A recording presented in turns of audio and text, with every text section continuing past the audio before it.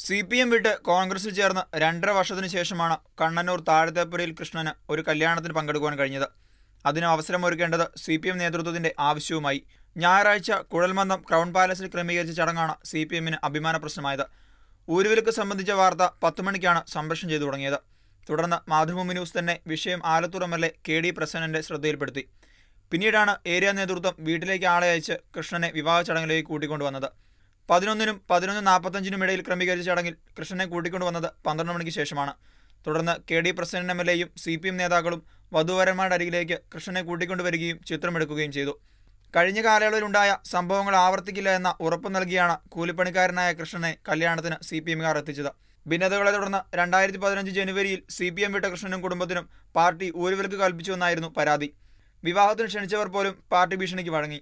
ചടങ്ങിൽ പങ്കെടുക്കരുതെന്ന് ആവശ്യപ്പെട്ടിരുന്നതായി കൃഷ്ണൻ കഴിഞ്ഞ ദിവസം മാതൃഭൂമി ന്യൂസിനോട് പറഞ്ഞിരുന്നു. വാർത്ത വന്നതോടെയാണ് ഇങ്ങനെയുള്ള ചടങ്ങിലേക്ക് പാർട്ടിക്കാർ തന്നെ കൃഷ്ണനെ കൂട്ടിക്കൊണ്ടുപോയതും.